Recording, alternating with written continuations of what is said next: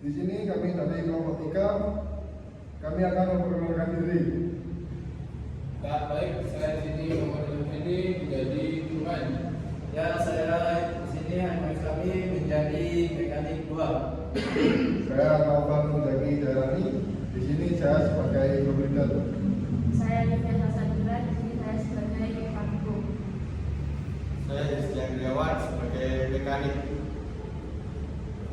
Baik, di sini saya ingin menjelaskan safety sebelum melakukan perbaikan pada unit atau melakukan pekerjaan di workshop atau di lapangan.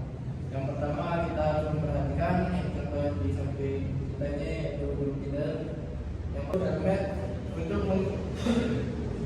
melindungi kepala dari jangkauan benda tajam yang berada kita di workshop, banyak benda-benda tajam dan benda yang berat.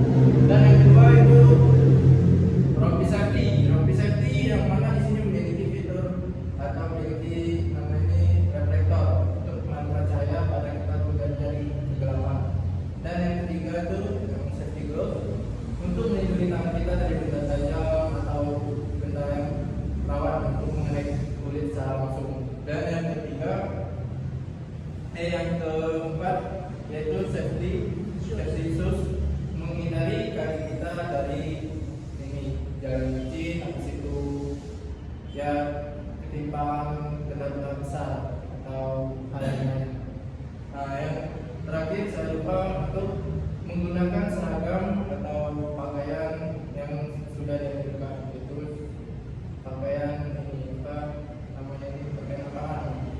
Yang mana di sini ya sudah dilengkapi atau sudah sesuai SOP.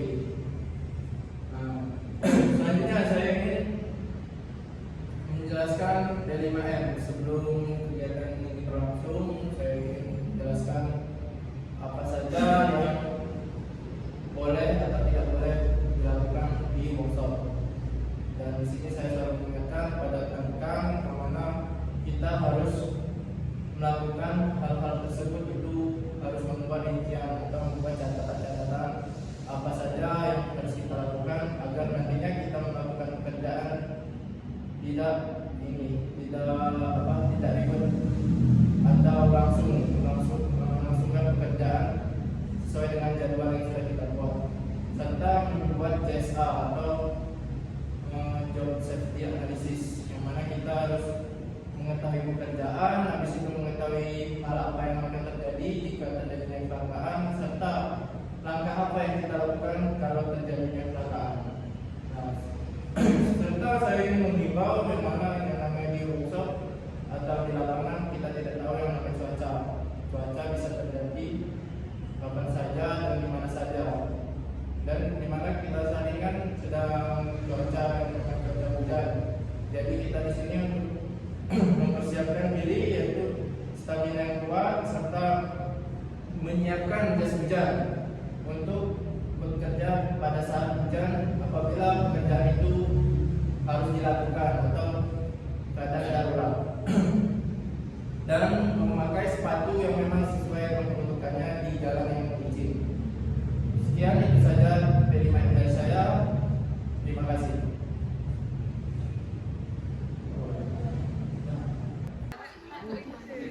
Ya baik, di sini kami dari kelompok 3 ingin membongkar engine yang bermodel SA A4D95LE-3.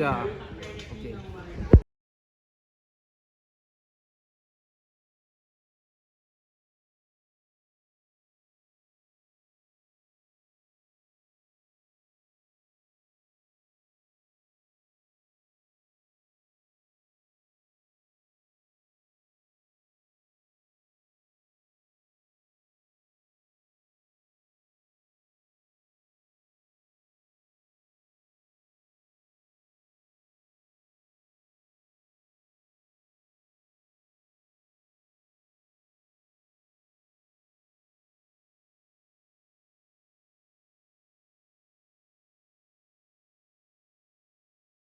Kita lagi penyesuaian pada main jurnal yang ada pada camp South. Ya, baik kita lihat. Lihat, guys, ini ditanda-tandain. Ini ditanda-tandain ini gunanya untuk menentukan yang mana yang terlebih dahulu saat kita melakukan torsi pengencangan. Juga. Ya, ini kita melumasin bagian crankshaft.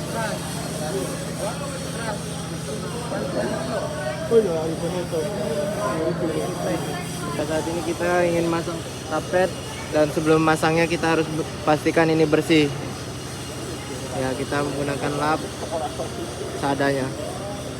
Oke.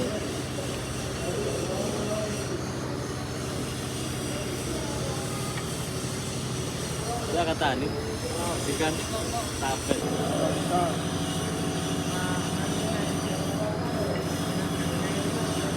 Nah segitu aja dulu. Jangan.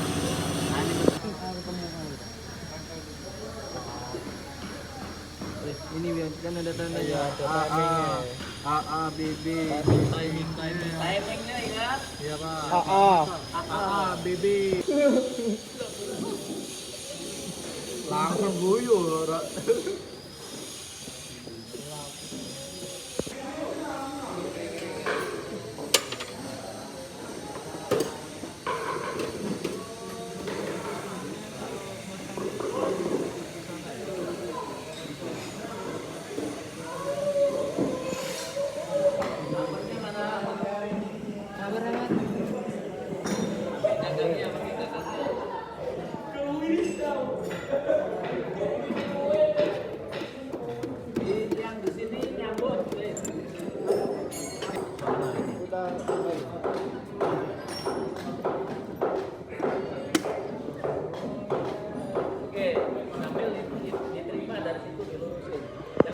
Baik, di sini kita selesai disassembling. Kemudian kita akan melaksanakan assembling.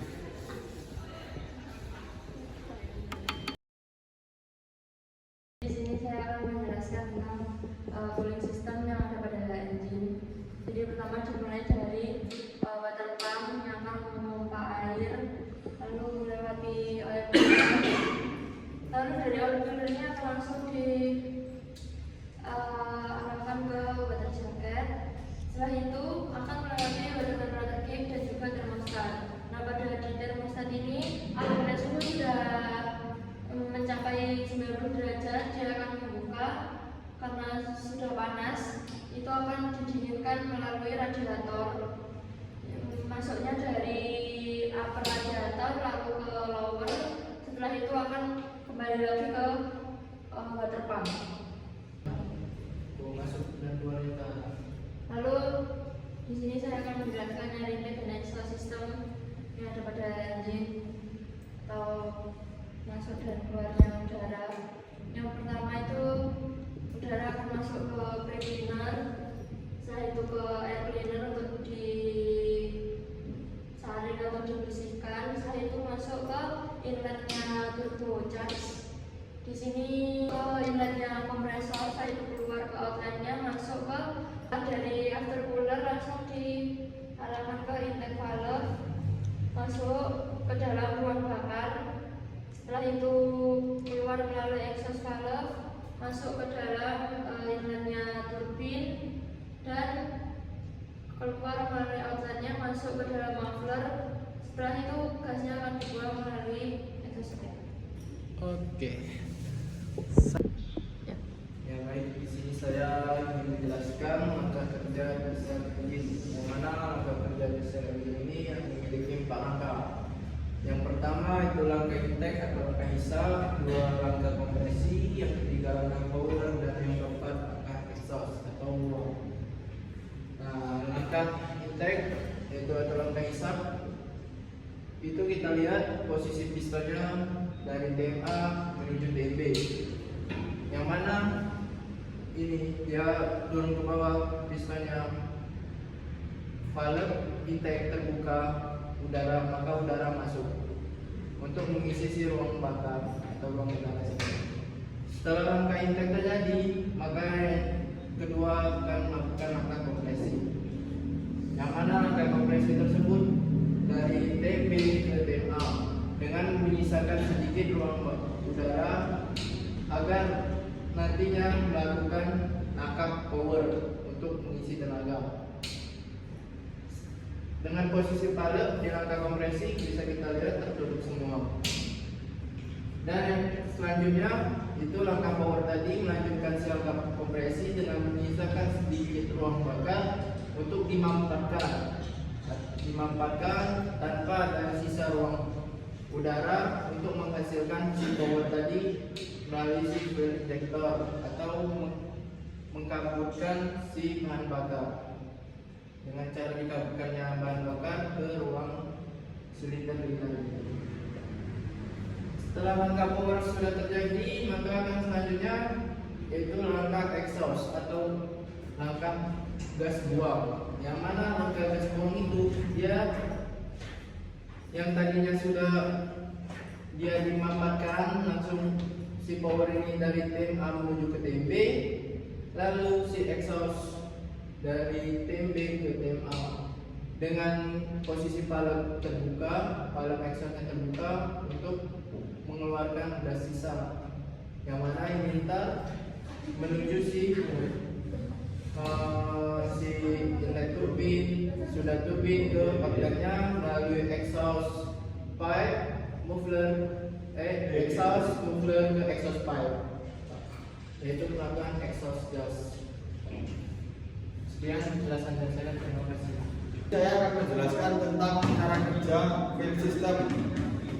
Teman-teman, kita sudah jadi fuel mengalir ke gubernur. Nah, dari gubernur ini melewati priming pump. Dari priming pump kita akan melewati juga feed pump untuk memompa solar ketika ada perbaikan di filter solar atau full filter. Nah, di sini ada FIP sendiri fungsinya untuk mengatur gas. Nah, dari sini ke full filter mengarah ke bospom atau delivery valve. Nah, dari delivery valve diteruskan ke injektor atau nozzle. Nah, dari nozzle kembali lagi ke full tank.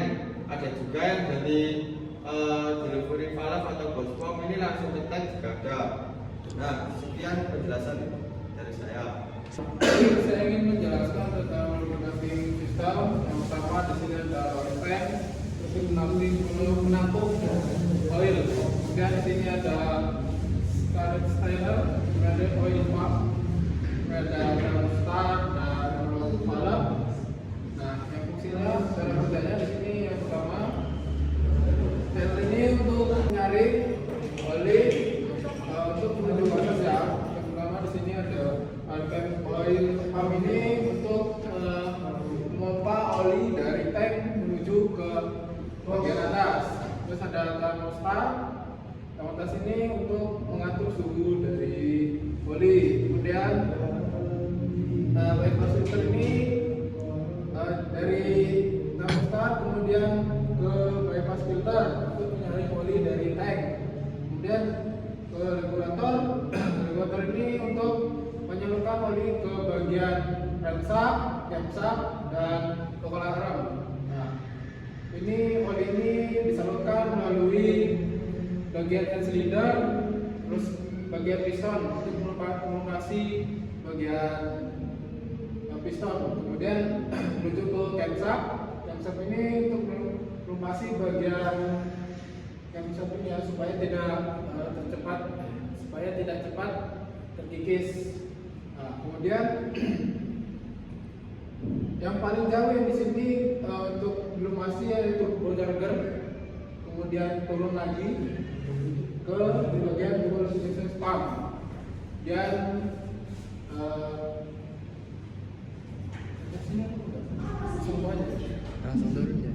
kemudian langsung dari double charger kemudian langsung ke bagian fuel tank. Kemudian dari Baik, terima kasih telah menonton video penjelasan dari kelompok kami. Jika salah datangnya dari kami, jika benar datangnya